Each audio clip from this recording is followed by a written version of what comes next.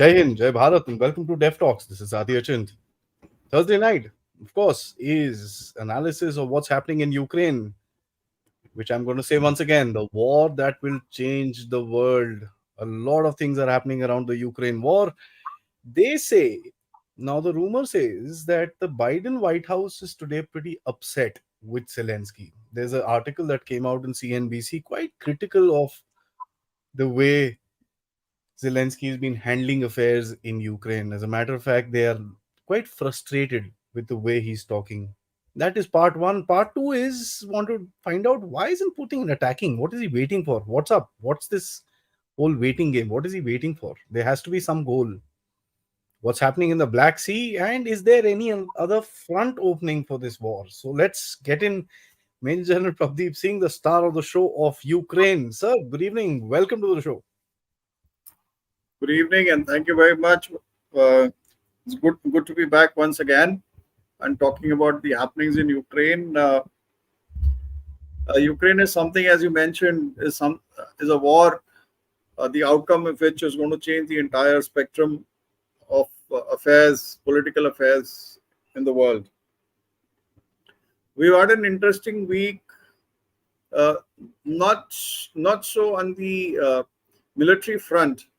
I'll take the military front first, just to put your eyes. The counteroffensive is going nowhere. There are pinpricks which are happening. There are places where the Ukrainians did make inroads by a few odd 100 meters, and then they were thrown back. It appears to me that the Ukrainians, as of today, are in a kind of a pause mode. Because the intensity of battle or an intensity of effort from their part is slowing down. Is it because of the Russian aggression on them, or the destruction of their wherewithal and the casualties that they suffered? Incidentally, what has been reported in the month of July itself, they had about 20,000 casualties. The Ukrainians suffered 20,000 casualties, and till date in the war, it's some figures which have come out are to the tune of 300,000 plus. So that is the scale of and 300,000 killed. That's what they're talking about. So this is the kind of scale of human loss that has taken place on one side. The Russian part of it is still not clear as to how much of the loss is.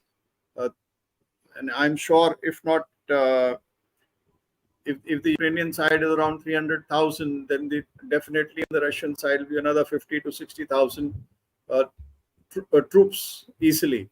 So when you look at all this, the military aspect of it may be slowing down, but the destruction doesn't seem to be slowing down, because the Russians are hitting very hard on the Ukrainians. Now, the Ukrainians also are making claims as to that they have been able to hit a large amount of Russian artillery and ammunition dumps. Well, that is war. It's both ways. So that continues.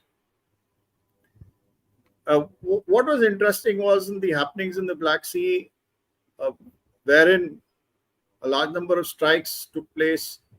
The port of Reni, which we should have spoken about last week, we did not. That's where the port of Reni was struck, and it's on the river Danube, and they went in. The Russians went in as close as 200 meters to the Romanian border. So this was a cause of concern expressed by the entire world. And of course, yesterday we've had attacks which took place on a port called Ismail, which is also on the Danube River. I will show you as we go along. I will show you a slide as to where exactly these ports are.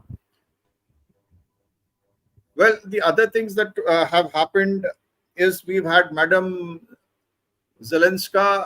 She is, as you know, a self-proclaimed ambassador of Ukraine, and is going around seeking support for the war. So she has asked the NATO countries that the support that needs to come should come faster. Now Mhm. she's using the word. She's not asking for aid. She's saying that aid must come faster if it has to have a material effect on the outcome of the war.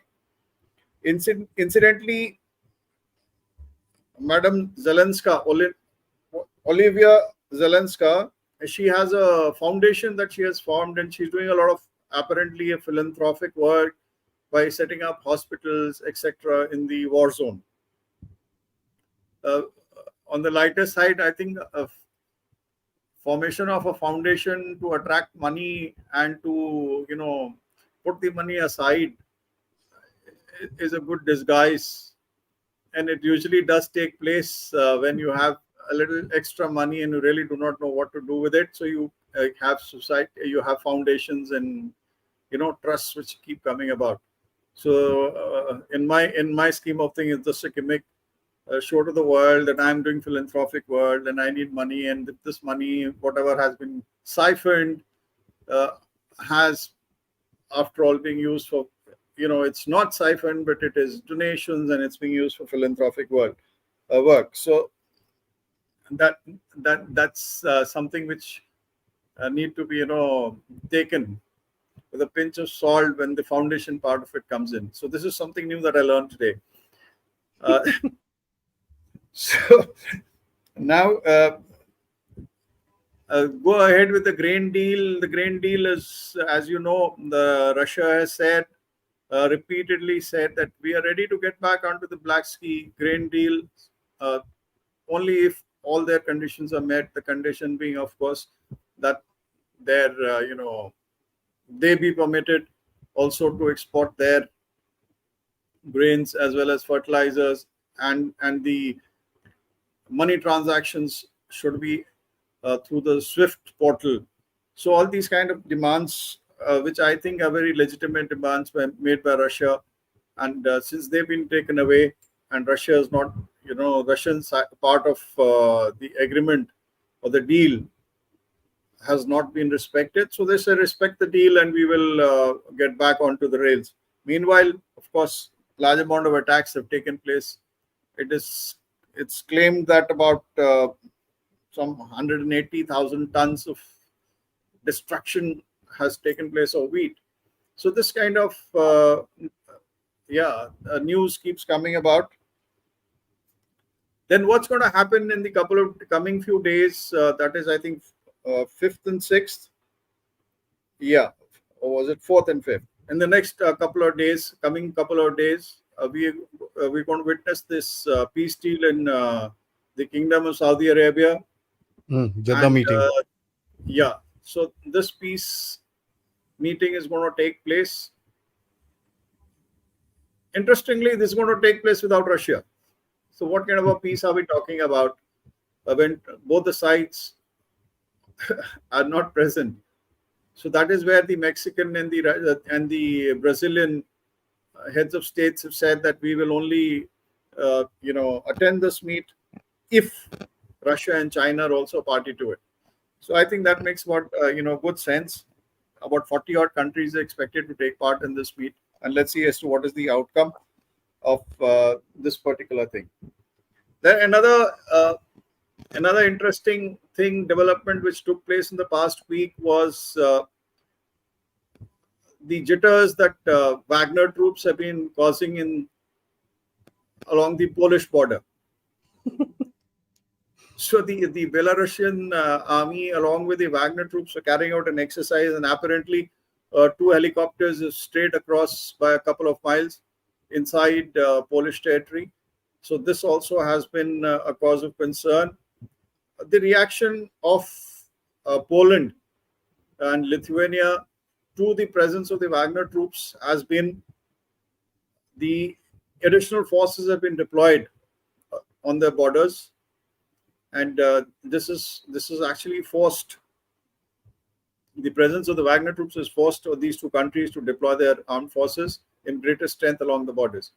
So, in effect, we see that the war is now, while it's occurring in the zone is expanding beyond the Ukrainian border into Belarus and towards Poland and Lithuania.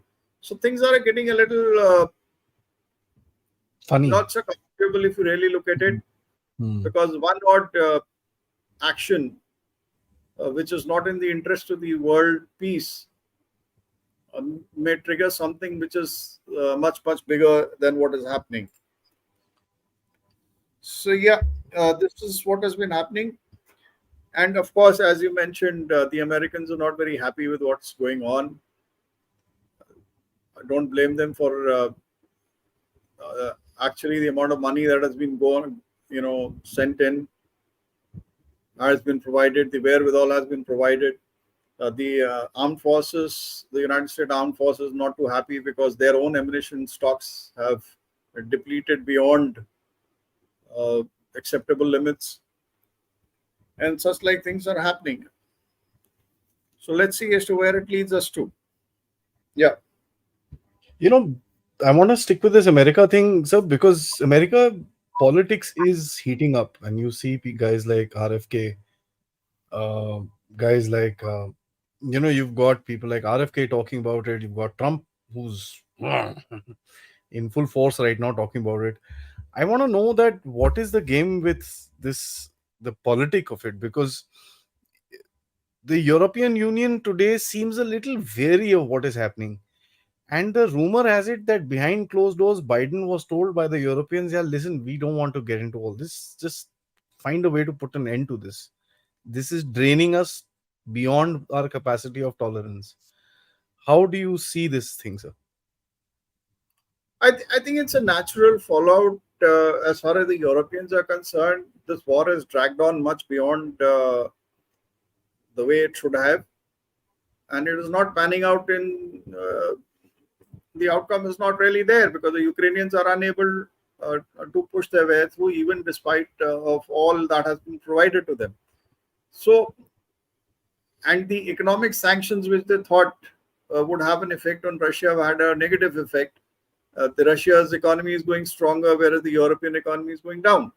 So, when you look at all this, obviously, in private, there would be talks that we want to put an end to this. Now, let's look at the United States. Uh, Elections around the corner, Feb next year. The loss of face, or rather, saving of face, is the question at the moment.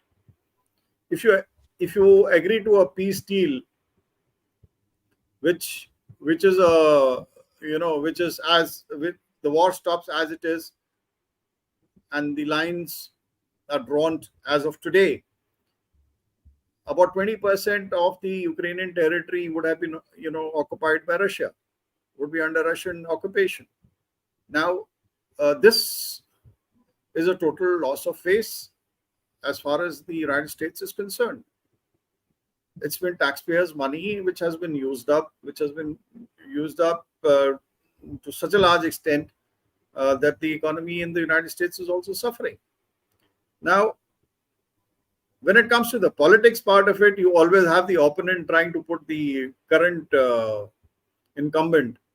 So, obviously, you have RFK, Mr. Kennedy coming about and talking about it and not in the favor of the war, that it has not been carried out the way it should have been. Trump making statements that I could end the war in the next 24 hours the moment I come into power, and things like that. These are political statements, but not necessarily what the State Department would actually be talking about. Now, one must understand what the political statements are always different to what the bureaucracy or the diplomats want. So the political statements are made in the interest of the own party, not in the interest of the state as such. So if I were Joe Biden, I would want this war to continue at least beyond the elections. You can keep the media And spin up, and yeah. yeah, I would not want any outcome either way. Because the media is still working, sir. You're right. Because there was a survey that was done. 32% of the people said what is happening in Ukraine is okay. Yeah. So the people are there who are actually supporting what is happening. We've seen the comments that people make while we talk, and we're also accused of being the Russian propagandist, and all that stuff. Well, we're nowhere near. I don't care a damn about whether it's Russia or whether it's Ukraine. But at the face of it, when you look at it, yes, definitely. If I was Joe Biden, I would want the war to continue at least post elections. Yeah. So that's precisely is the agenda right now. Let the war prolong. Now, if I look at it from the Ukrainian part of it, it's a good idea for the war to prolong. Hmm. They're already exhausted. They do not have the manpower. They need a little rest and recoup, and to get freshen up and be To slow it prepared to down. fight again. Yeah. So primarily, as I was listening to another commentator, and he said that the plan A was there have been a number of plans. Plan A was making a punch and driving through the defenses. When they found they could not do it, they came down to Plan B. Plan B was causing of attrition, of the Russian armed forces by attacking them all along on a wider front. And then Plan C was again going back to Plan A, and that has been executed in the last couple of days, wherein they made a concerted effort to push. Uh, there's another theory which is coming in of Ukraine wanting to use a large number of drone swarms. This theory is coming about because the manufacturer of drones is going to be speeded up. Plant is going to be set up there, and drones are going to be manufactured in a big way, and the drones are going to swarm the battlefield and stuff like that. Uh, I think they've gone wonky. Their process is a kind of frustration has set in. Yeah. So that's precisely what's happening. So what I was coming to is maybe there's need for a pause on the Ukrainian side, right? And there is a need of the United States to prolong the war post and take it post elections. So primarily looking at the winters, waiting for the winters to come, uh, when the snow falls and you do not see much action, and then we'll take it to the next summer. So this would be an ideal strategy for the United States, and obviously people are not going to be happy with it. All those who people have the oppositions, you've got Kennedy and you got Trump. They're not going to be happy with it. You got people who are not siding with all this, and nor is Europe going to be happy with this. Correct. But it is, as I said, it's in the interest of the United States to prolong the war. Now, how would the Russians want to look at it? The Russians would want to look at it, take it as an opportunity to press home more attacks and gain as much as territory as they can, so that in case there is a situation wherein peace talks occur, and there is a trade-off which has to take place, so they have more territory which they have captured. So this kind of thought process would be presently going on in the Russians' mind. Now, you asked me this question as to why is Russia not doing anything about it? Russia is waiting.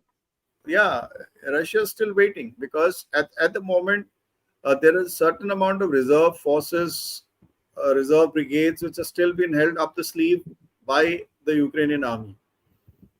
Now, So what they want to finish all that and then move.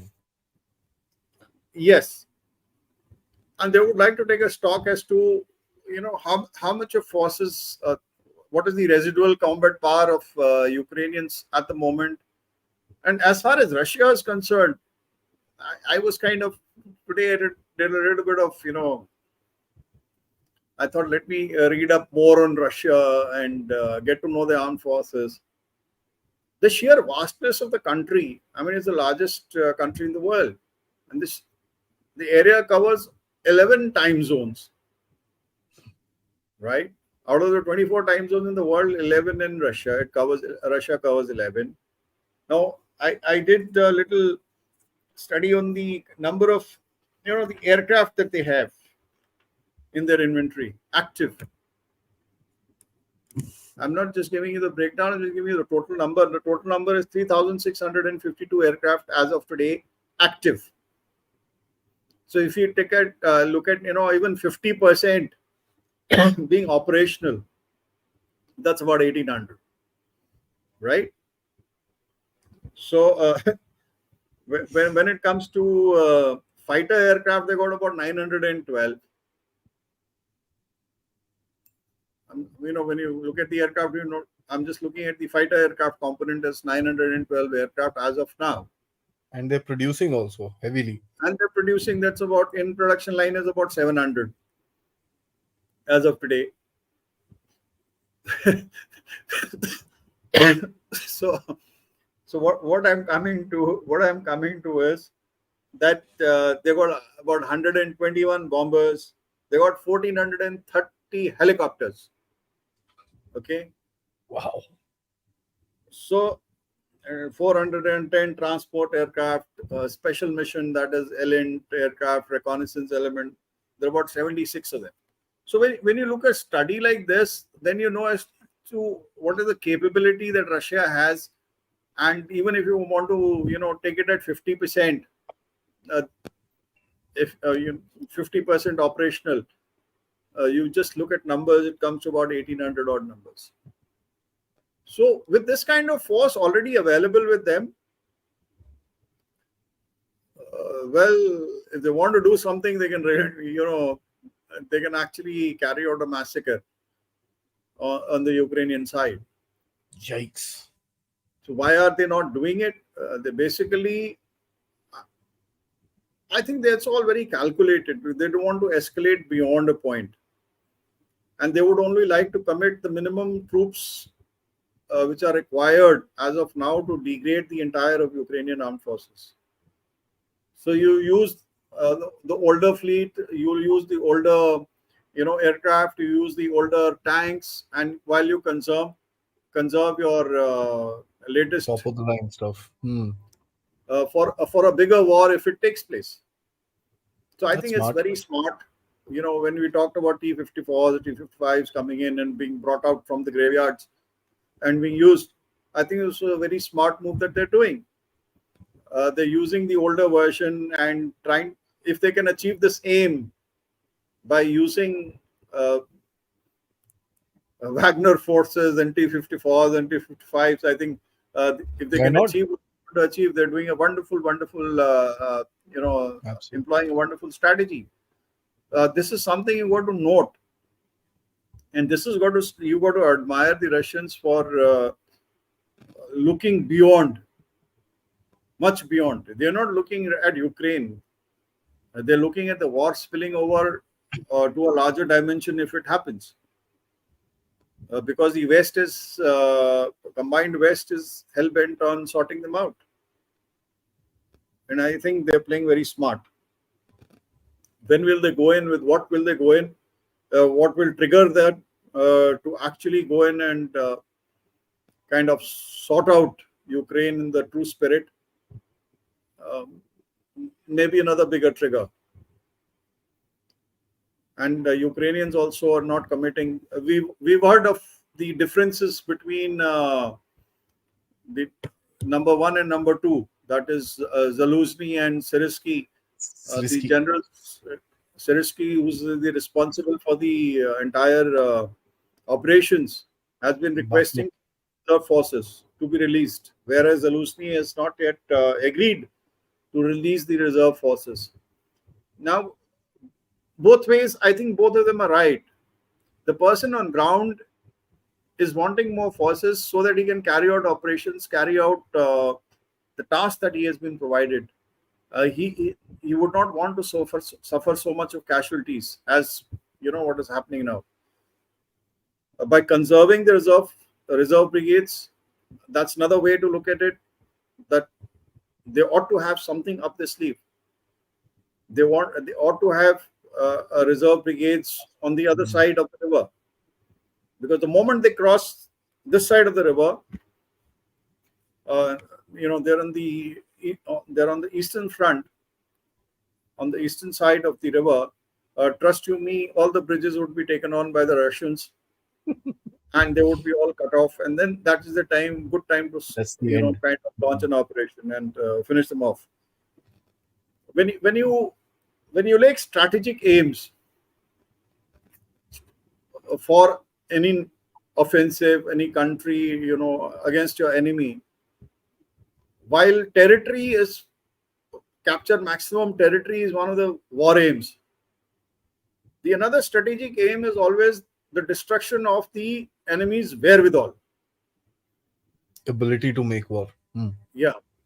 So when you degrade the entire wherewithal, and he does not have any ability to launch any offensive subsequently, that is another strategic aim. So here I see that as far as the Russians are concerned, they're looking at degradation of the Ukrainian armed forces to a larger extent. So in that context, conservation of force, keeping some force, fresh force available, is a nice outlook of the Ukrainians as of today. Not committing everything. I know you've got some maps for us, sir, but I want to ask you one last one before we head into those maps, because there is a little bit of a bombshell in those maps, guys. Please hold your seats for that one. The one question I have about Ukraine itself, sir. You said 300,000 troops, and there's a survey that somebody's done with satellite photographs, and they've kind of photographed all the graveyards that they could find in Ukraine.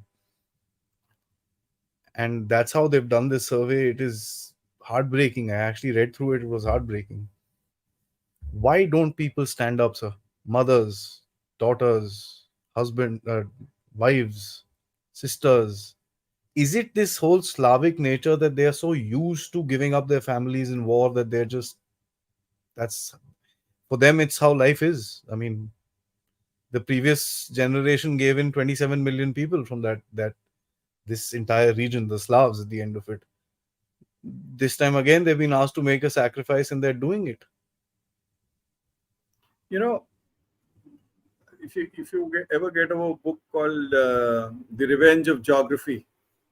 Robert Kaplan. Yes, I'm reading that Yes. right now, as a matter of fact. Yeah. So if you read Robert Kaplan, Revenge of Geography, and you look at the Russian chapter, and it will give you very clearly that over a period of time, firstly, the geography dictates that the people of this region, because Ukraine was, of course, part of Russia.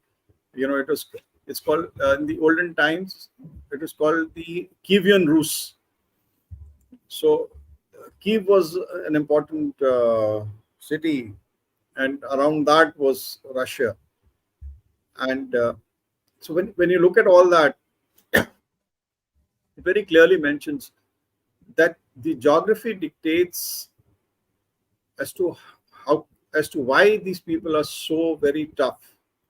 You see, the weather is so extreme. The weather is so extreme that people have learned over a period of time to survive the vagaries of weather and the wars, because there has always been a need for the people living in this particular area to expand towards Europe and go down south, because up north it's too damn cold.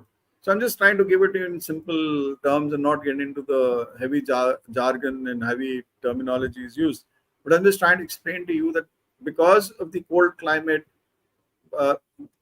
every Russia is that, because of all this, because of the climatic conditions, Russia is more towards Eastern Europe. I mean, all the cities, important cities, are in eastern part. The western part of Russia,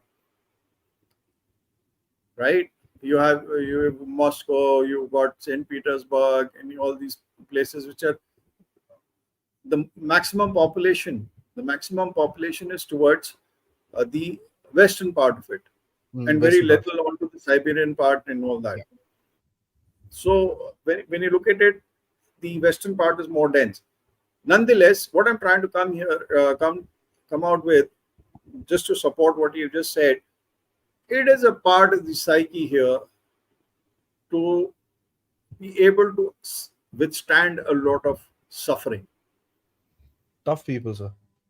Tough people, which has been happening over a period of time, and wars have taken place. Russia has been shrinking in size, growing in size, shrinking in size, and growing in size over these various periods. I'm not going to get into the details. So when it was the USSR, it was it was an expanded Russia. Today, it is without the satellite states, and it is the interesting part of it is USSR disintegrated without without a shot being fired, right? So it is something which has happened very peacefully. The disintegration of Russia, of Soviet Russia, of the Soviet Union.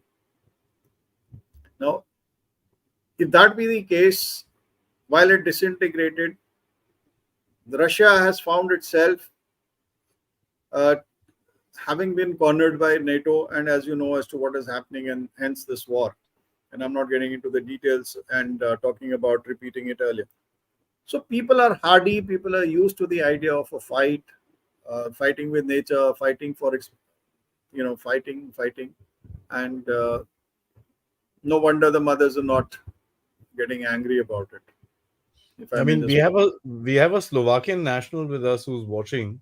So when I said that people are so hardy, he says, "No, we are not." Then he says it's all brainwash. So then I asked him, "Where are you from?" He says, "I'm from Slovakia." Tells well, you quite a bit as well. I've been to Slovakia, and I understand as to I've been there, and I do understand. You see, if that had been the case, if they were not mentally very strong, if the Ukrainians and the Russians are not very mentally strong, and trust to me, they would have revolted in the first place. That revolt has not taken place. Of course, there are a large number of people who are, not wanting to get But into the. obviously, They don't want to join the armed forces. They don't want, and that is why the Ukrainian army is resorting to actually picking up people from the streets. Now, who wants a war at this particular times? In these times, everybody wants to live a good life. My friend from Slovakia, why should he be living in fear? Everybody wants to enjoy good life, enjoy good times. Times are good, and it is sad that the Ukrainians have to suffer, and they are not suffering because they wanted to suffer, because they are suffering because they've been made to suffer, made to suffer. Absolutely. and that's the unfortunate part of it. That's what pains me maximum. As to this was a war which, I mean, one of the most unavoidable, what do you call? I would say avoidable war. Sorry, not unavoidable. An avoidable war. It need not have taken place at all in the first place. Yeah. That's true. Sorry, I'm just got a little choked up. That's true. Let's get into your map. So you've got a little bit of a revelation there for us. And Yeah, I just want to, we can see that map. Firstly, there's a map I just want to put across as to just point out where the ports are. 1 second, sir. I'm just putting it up. It'll Yeah. become bigger. Yeah, this is a normal one.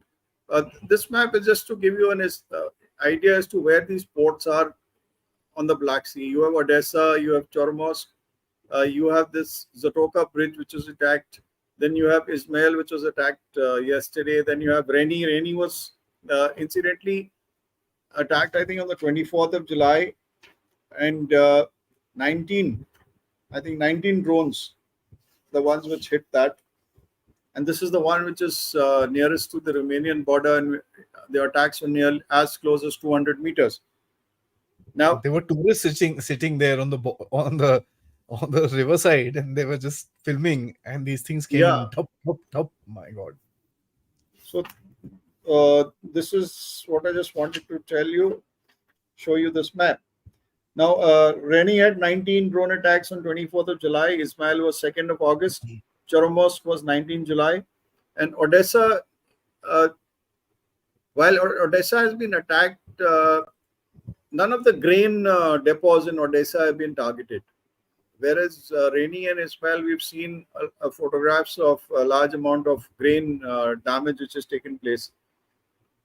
And yes, the other day, about 3 days back, we also had three drone ships, drone boats, unmanned boats laden with explosives, which tried to attack the Russian ships, and those were taken on by the Russians. Now, incidentally, when these drone attacks takes place, unmanned drone attacks take place in the Black Sea, there is always a US Global Hawk which is flying over the Black Sea, and that was also tracked. So to say that the United States is not involved, is not supporting all this, uh, it is actually getting very clear that they're also directly involved in launching and assisting the Ukrainian armed forces, in this case the Navy, to launch such attacks. Now, how these unmanned ships work is, while they are small, they are unmanned, they are being directed, but they have to be directed by somebody to the target. So that direction is where the Global Hawk, etc., or the Predator, whatever it is, uh, they come in and they fly in this area and support this. So this kind of things are happening here in this particular area. Yeah, we can take the next. Next one is an interesting map. This just shows the blockade part of it. These are the ships which are gathered. This is of 27 July, and all these red dots are all ships which are gathered for in and around this Danube River ports, that is Reni and for Ismail. So when you look at all this, definitely the effect which is taking place of the blockade is quite visible. Now, there was another report saying that 3 ships which were apparently escorted, which was denied later on by the United States Navy. And Uh, Israel.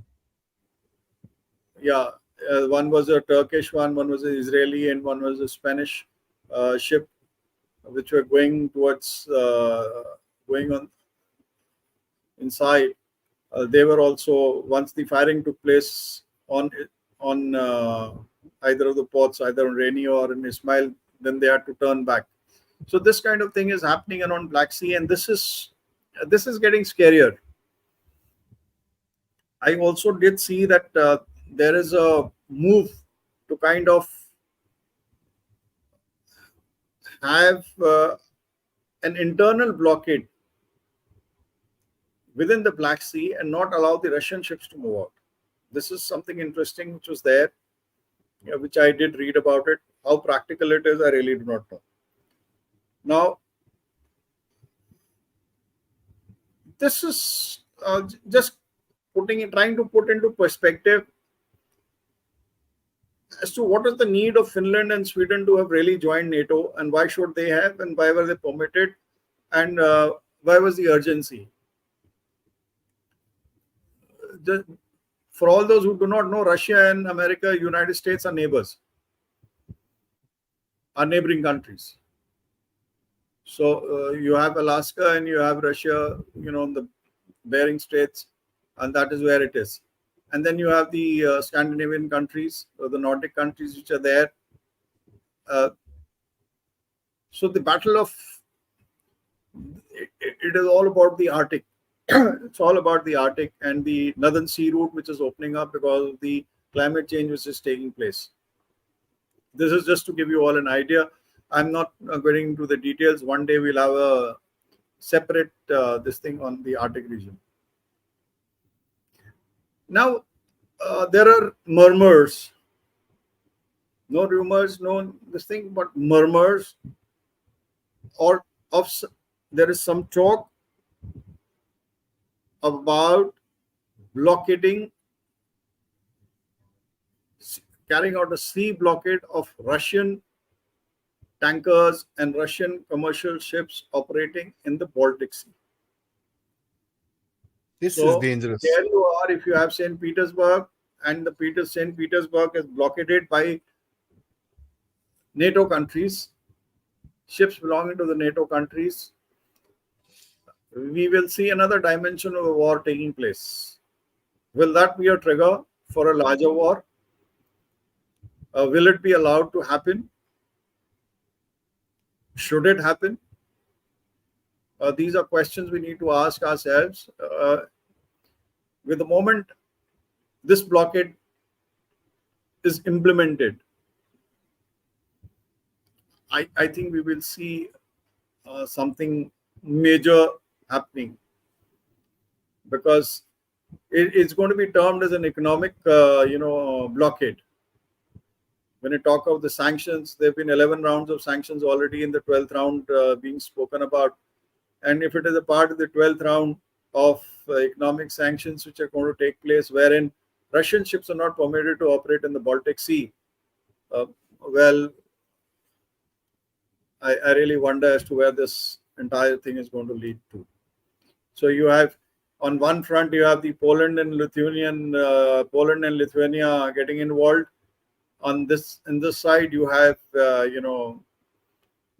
Estonia, this Norway, Sweden, they all getting involved.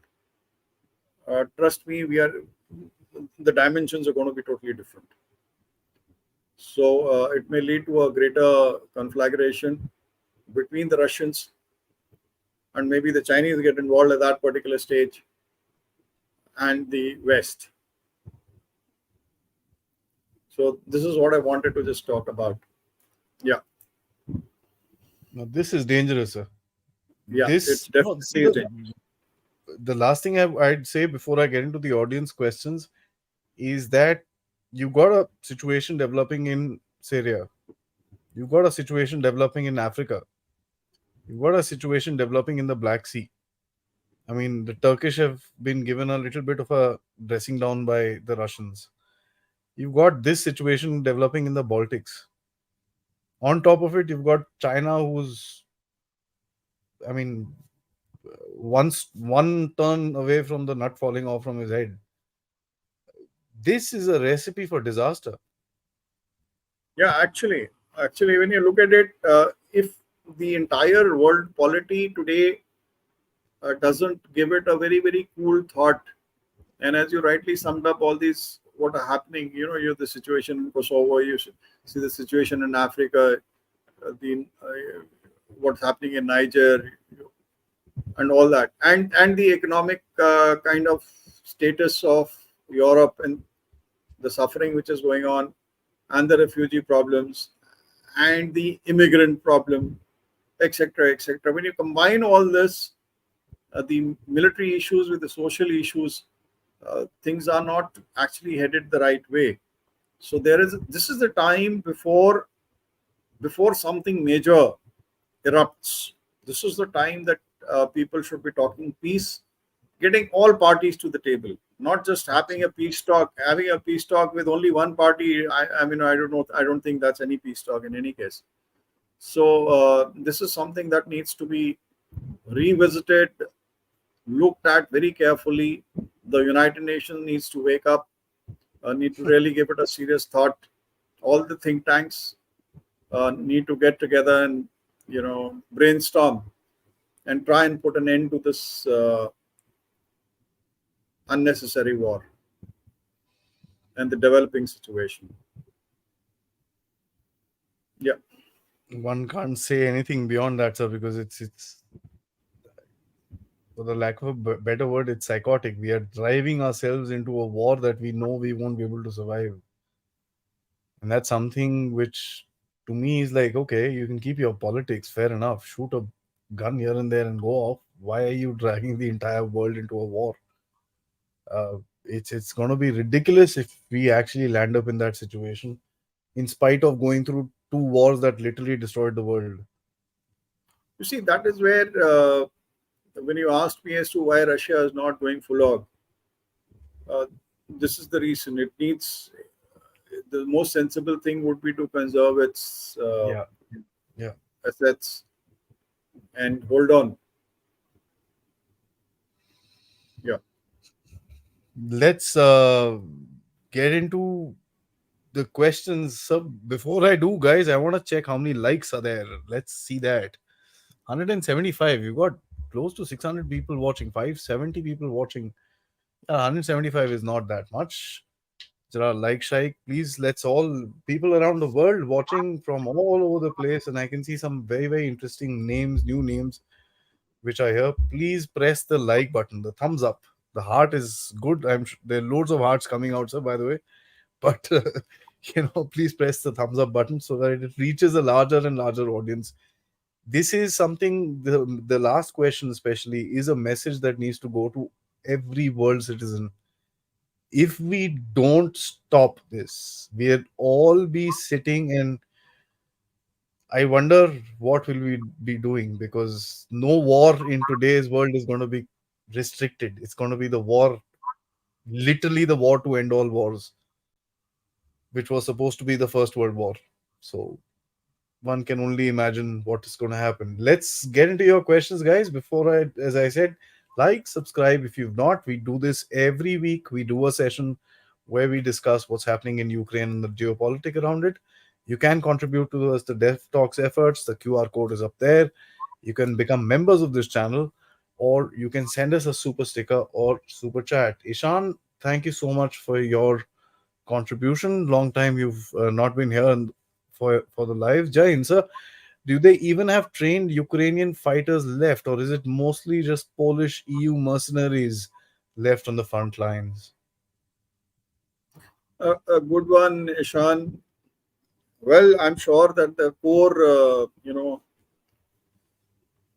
troops would still be existing. There'll be a large amount of Ukrainian fighters in the reserve, brigades there. They would still be there, and that is what is being held back.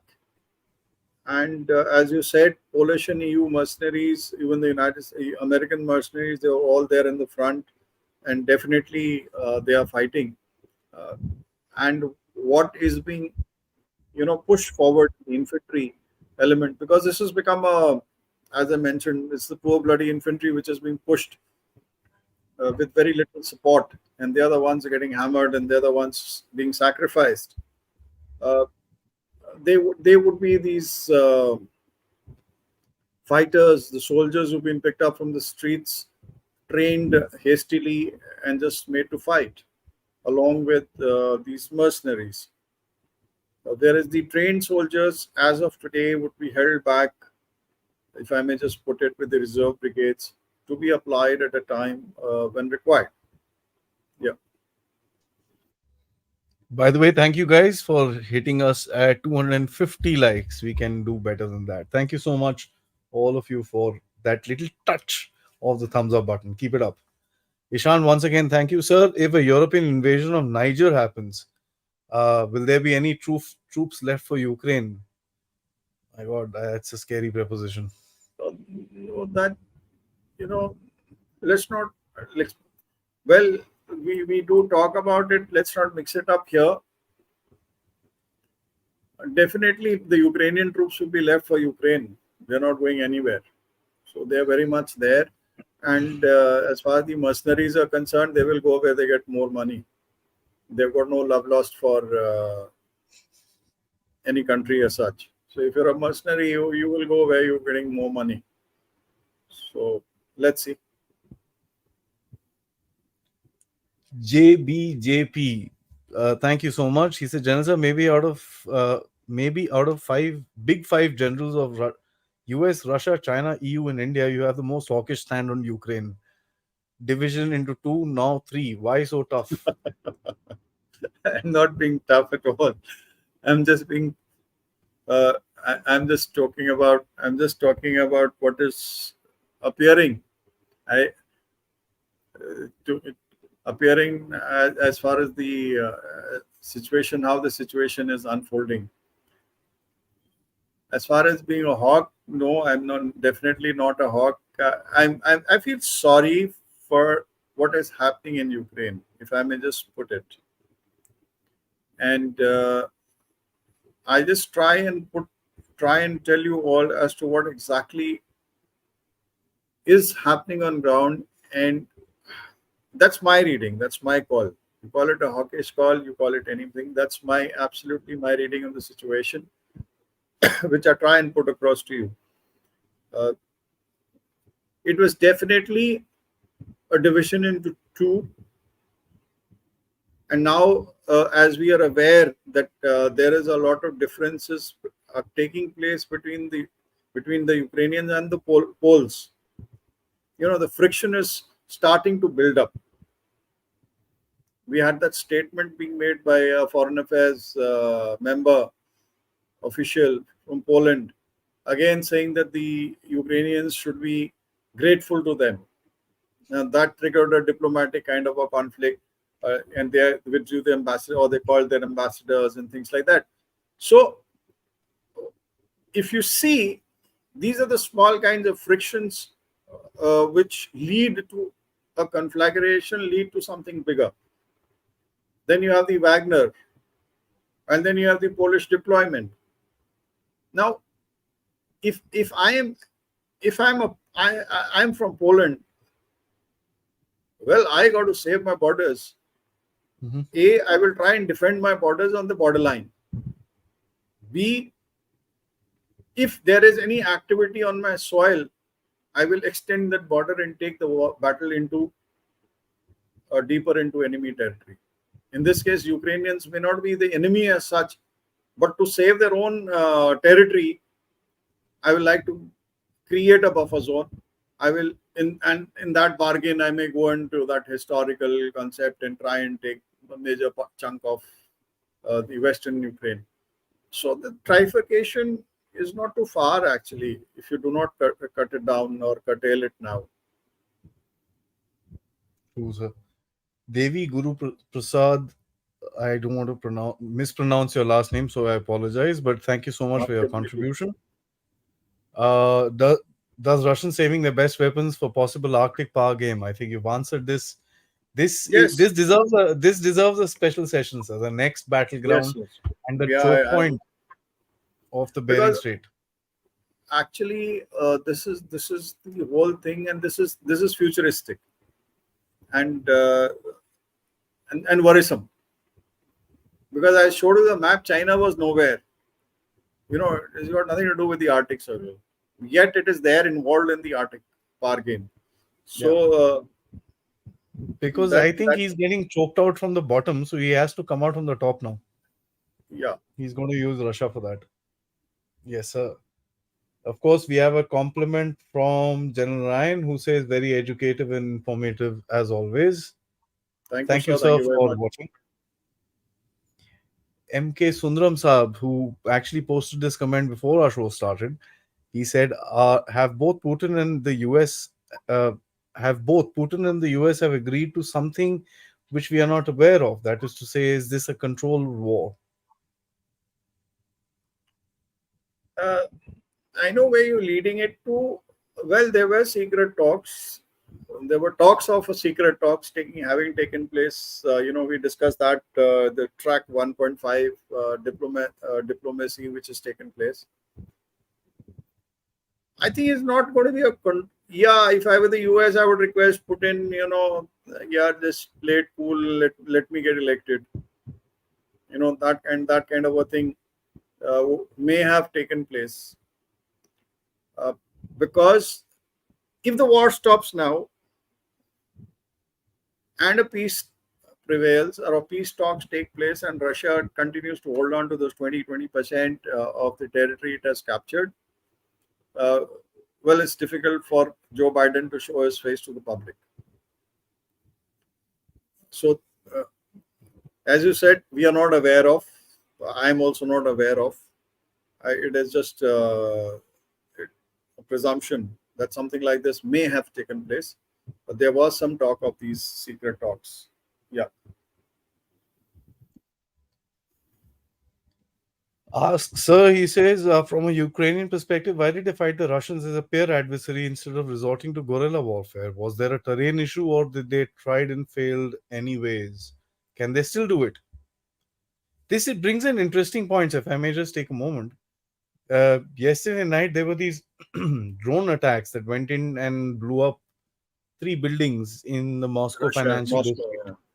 They sent in 22 drones, three of them escaped the air defense, and they went and hit small explosions. One floor windows are damaged, huge noise at 4 o'clock in the morning, nobody injured. Is this what is going to be terrorists? Is Ukraine becoming the next Pakistan of Europe? No, it's not like that. You see, I did talk of the drone warfare, the drone swarms. Now, one of the tactics that they're going to employ is send a large number of drones into Russian territory and try and take on. But then Russia is too strong. They are quite used to the idea of these small pinpricks which will continue to take place. It's not going to have any material difference. It's only going to anger the people in Russia. All those who are looking at peace. When you launch, drone attacks on Moscow, what happens is peace-loving people who are actually looking forward to peace and asking the government to put an end to war today would say, hell with peace, go and sort out the Ukrainians. So you're antagonizing the common man, somebody who's actually on your side by saying let's have peace, let's not let's put an end to the war. By attacking the hinterland, you are actually inviting more trouble. Now, to answer this question of Mr. Chitness, why did they choose to fight their peer adversary? My friend, they did not choose to fight. They were made to choose to fight. So that be very clear. So it's got to do with the military-industrial complex. It's got to do with trying to, if I may use the term loosely, to finger the daylights of Russia and to test their patience. So all this has been done by design. They started preparing the Ukrainian army since 2014. 14. And they did it in a very secretive and a very clandestine manner. And they did it well. Let me just put it this way. That is how, when the Russians, I would say the Russians were not able to read the situation clearly. Their intelligence at that particular point, at the beginning of the special military operation, I think has been totally off track. And because the Ukrainians were well prepared to fight, they could kind of cause a lot of damage to the Russian army when they walked in. I said walked in with the aim of just capitulating Ukraine. They were not prepared to fight, and hence the damage that occurred on to them. That's the losses that they took place. But thereafter, once they realized their folly, as I always said, they did a strategic withdrawal. They went back, they regrouped, they took a stock of the situation, and we are seeing a result of that now. So guerrilla warfare was never an option being propagated by NATO or the combined West. 1 second. Yes, sir. Pradeep Sen says, I'm now in Russia. Resorts are full. Flights to Turkey, Dubai, Egypt are all packed. Markets are packed. Exchange rate is now hovering at 85 to the dollar. Support for Putin is still high. Thank you so much, sir, for the update. Thank you, Pradeep, for the update. Actually, That's what he said. The economy is booming, man. The effect of the sanctions is what you just, you know, highlighted in these 3 4 sentences. And thank you Yeah. for that. Kwasi Yellowman, I'm sorry if I mispronounced your name. I think Zelensky must be overthrown and charged him for allowing himself to be used by the USA and NATO to destroy Ukraine. These are just some comments. It seems Yeah, like people from all around the world are kind of, responding to these videos. So I'm just putting them out just for us to, um, you know, yeah, have a look. definitely. No, this friend Kwasi, I think this gentleman has to be charged for war crimes. No question about it, sir. Now, somebody said that why was I, being so, why was I being so hard on Ukraine? You tell me, who you're the president of a country, and you have allowed so many people to be, you have allowed your entire country to be destroyed. You've been used by somebody else to destroy your own people. I think it's all sacrilege. Almost more than 500,000 of people have lost blood. I mean, While you may be all, anybody can be all patriotic Ukrainian. Hats off to them. They're doing great job. They're fighting. They have the will to fight. They've sacrificed their lives. The families have been displaced. But who's to blame? It's always the leader. You have to be able to take a stand and to take stock of your own country, of your own people, of your own people. And if you haven't been able to do it, and you destroyed the lives of so many people, destroyed the entire country, I hope Mr. Zelensky is listening in, and I would like to tell him, you're the major culprit. That's all I can say. absolutely, sir. Global Office 2.0 says, ask, with Russia offering little discounts on oil, also accepting CPEC plus decision to cut oil production, how will it finance this war if the war is prolonged? The prices go up when the production comes down. So he's actually making more money. No, that's what is happening. OPEC has also restricted its production. So Russia is also not going to supply all that kind of oil. So it's in turn making life miserable for the rest of the world, and in cashing on whatever is available.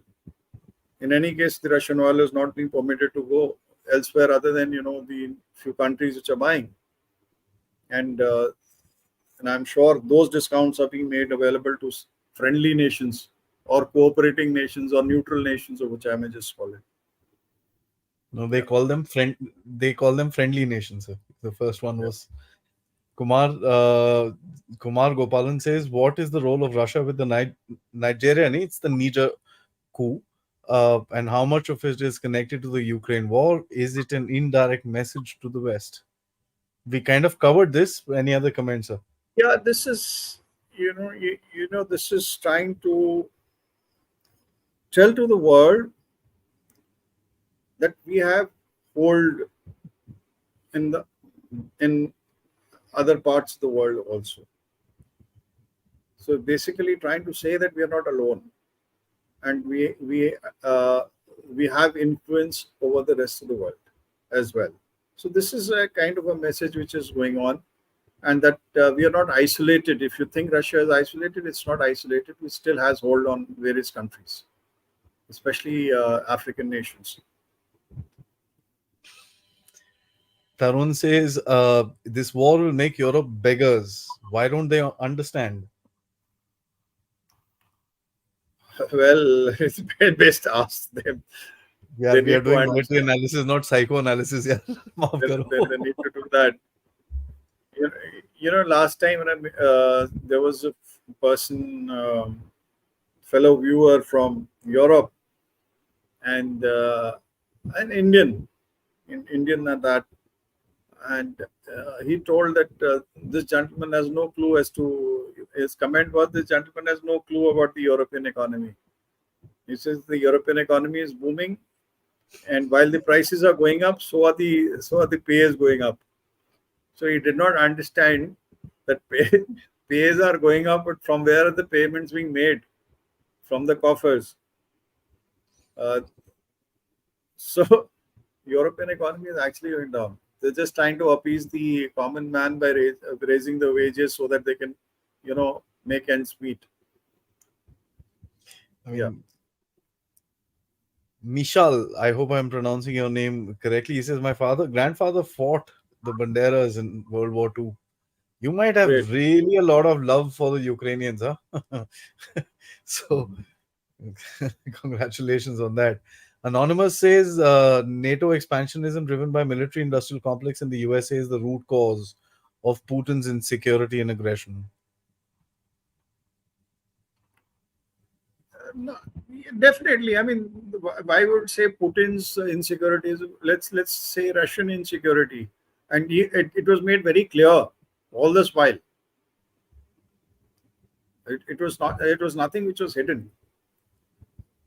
So the root cause definitely is NATO expansionism, and which is driven by the military-industrial complex. This statement of yours is exactly the entire cause of this war. Where was the harm if Ukraine was made to stay neutral? There would be no war. People would be loving, Ukraine would be part of the EU. Maybe Russia was also looking at becoming a part of the EU and cooperating together. Yep. So again, that issue comes about, the American interest on European soil. That's it. There's this person's name I really love, I must say. LGTV HD plus plus community. USA and France will put men inside Africa. They already I, have I, French. I, I put this across. I put this comment, although it's not part of the Ukraine war, but I put this comment across because of just the name and the significance to the whole, wokist culture which is going around there. So, very good name, very ingenuous. Yeah, the French have always been there in. I mean, they were there in, I think, Burkina Faso, Mali, all these places. All over the place, sir. So Mishal says, okay, my question is, how could anyone explain Czechoslovakia was occupied by the Soviet army since 1968 and we do not look like Iraq? Yikes. Yeah, you do not look like Iraq because you were made to develop. You were not destroyed. You were not destroyed. Your culture was not suppressed. Uh, Whereas Iraq is, what was done to Iraq. Now, expansionism doesn't mean that you have to uh, go and forcibly destroy. Uh, Today, Ukraine is what? It's going to be left with just buildings which are going to be built by the Europeans. And they're talking of freezing the accounts. Not freezing the account, the Russian accounts have already been frozen. They're talking about utilizing those funds. It's amazing, sir. Why should India attend the Jeddah talks? Why can't we back out like Mexico? No comments on that. There's something happening at the back end. I can't put my finger on it, but yeah, there's something is there. General sir, Poland kept in occupied by Russia because once war over very nearly, Poland shouldn't capture some of the Ukrainian territory or removing Poland mercenaries out of Ukraine. What are your thoughts? Poland kept in occupied. थोड़ा गड़बड़ है, but I think he's talking about, Poland shouldn't capture some of Ukrainian territory, which is your thought process of the trifurcation of Ukraine, Yeah, I which is mean, you see the Polish mercenaries, Polish army, they're already involved in Ukraine. There have been reports of Polish soldiers wearing Ukrainian uniforms and fighting. So that is one. Second is now it is becoming more and more clear that there are kind of differences between the Ukrainians and the Poles, and there is a fear amongst the Polish people that if Ukraine is unable to stop Russia and Russia comes down to the borders of Poland, the war may spill over to Poland. So this is a kind of a scenario or which, I mean, any country, any sane country would want to look at. If the war is lost by Ukraine and Ukraine is, and if Russia is sitting at my borders, I might as well go in forward and meet him, at least gain some territory and ensure that my actual territory is not lost. So this kind of a thing is going to happen. Yeah. Nawaz Farooq says Russia so far has not even mobilized 20% of the military might. Is it accurate? Do we think China would let this war slip away from Russia? What are your comments? Yeah, 20%. That's about it. Not even 20%, maybe. And do we think China is not even getting involved in this. China knows very well that Russia can handle this issue on its own. It is quite ironical when it is said that China has been supplying some parts to Russia. Come on, the entire world, 55 countries are providing equipment to Ukraine, and and there's nothing to talk about it. But when if China provides something, then you get against China as to China is helping, Iran is helping. It's a free world. I mean, you can trade with anybody that you feel like. If you can provide, so can they. So, but China will not, as of today, is not getting involved, and is quite confident that Russia will be able to handle its affairs. And Yes, China yes. wants to be seen. Well, let me just make another statement.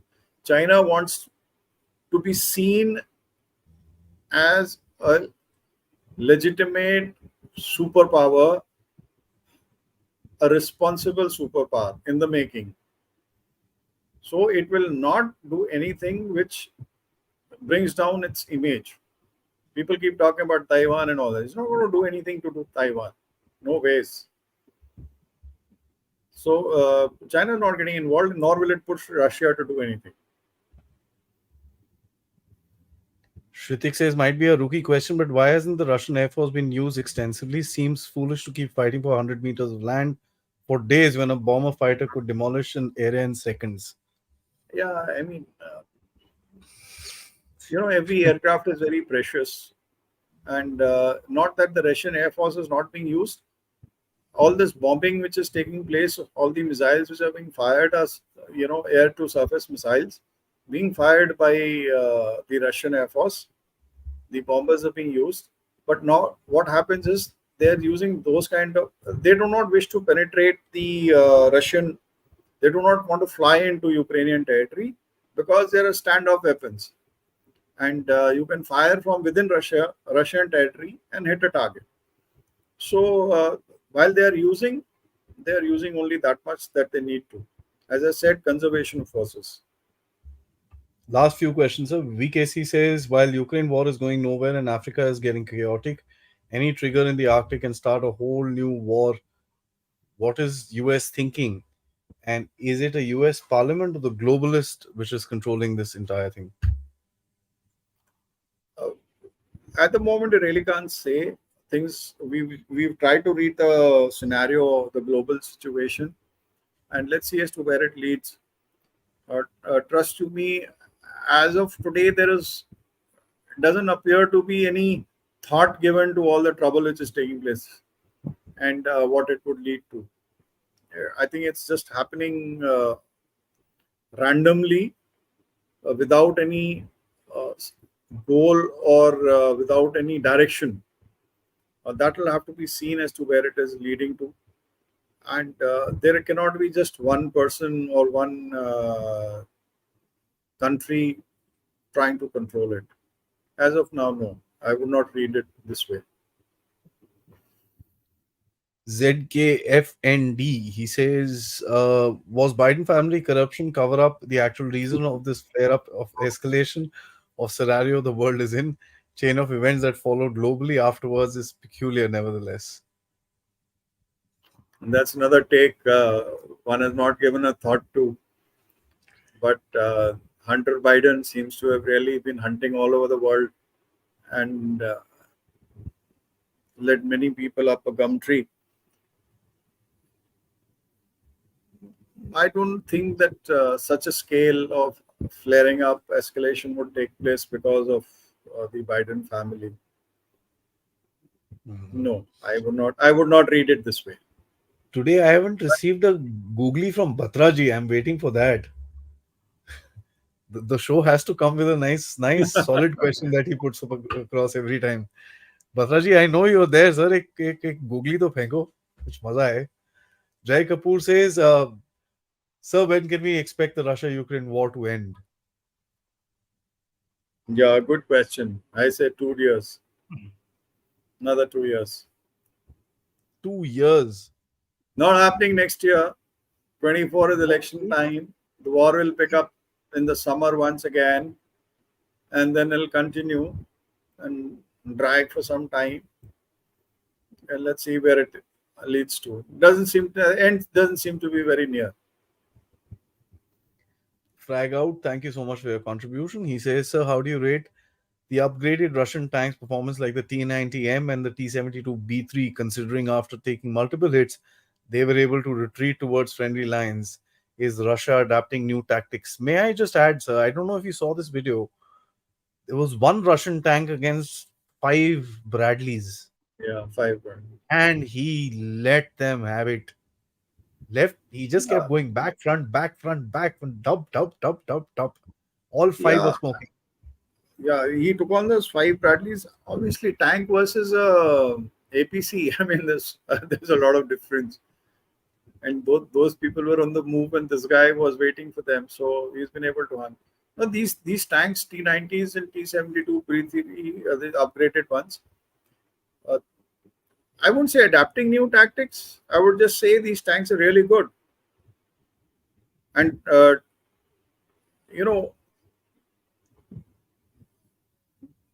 their machinery, the Russian machinery, is crude but strong. Mm-hmm. If I may just put it this way.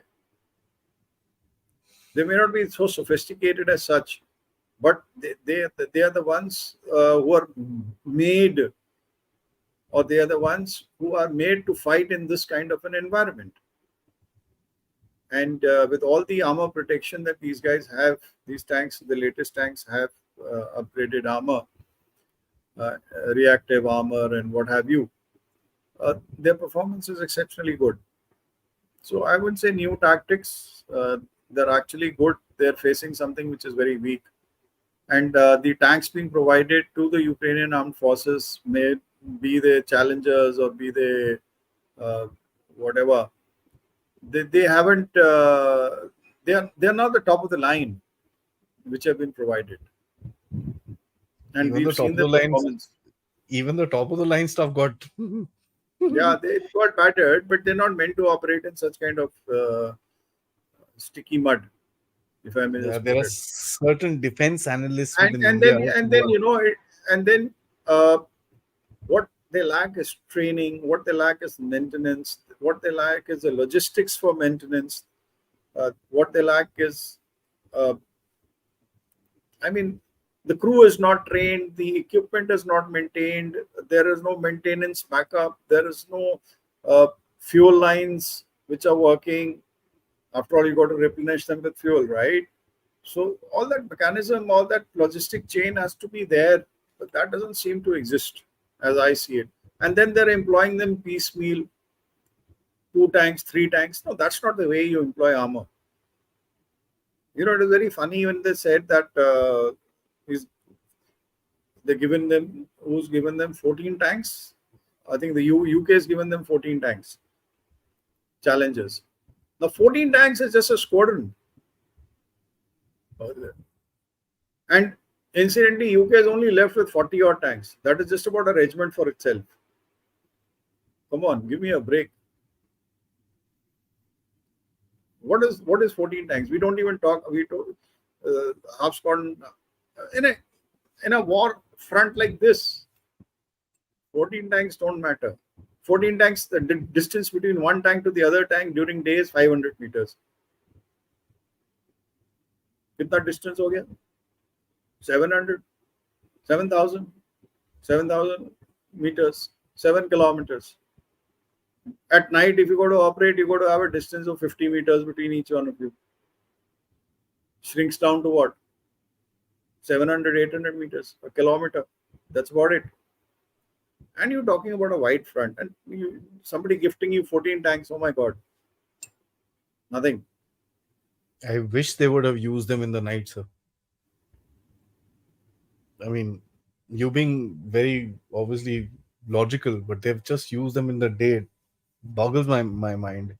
And of course, we have our last comment of the day from Batraji, who says, secondly, US has placed too many beta on Zelensky, but they have no option but to play along as they cannot change horses in the middle of a war. Very true. Uh, that's why there's a lot of talk of. You would have read that article of or heard about it. That it's a major article and people are already talking about it. It's a revelation as to plans are already there within Ukraine, and that the moment the succession planning for Zelensky. If Zelensky is taken out, how will the Oh, yeah, yeah, who will yeah. take over the I read that. country? Who will take over the country and how? So they're trying to. The narrative which is being painted is that look, we are prepared that our boss is going to be taken out, and Either removed or don't don't think that Ukraine will crumble if Zelensky goes, and that's the message they have tried to put across. And I agree with you, Batraj Sahab, that you can't change the horses in the middle of the war, but the horses can also be made to drink water from a source which is not very good. I must say, sir, this has been fantastic. We've had more than 600 people watching, and as you can see, there are people from all over the world.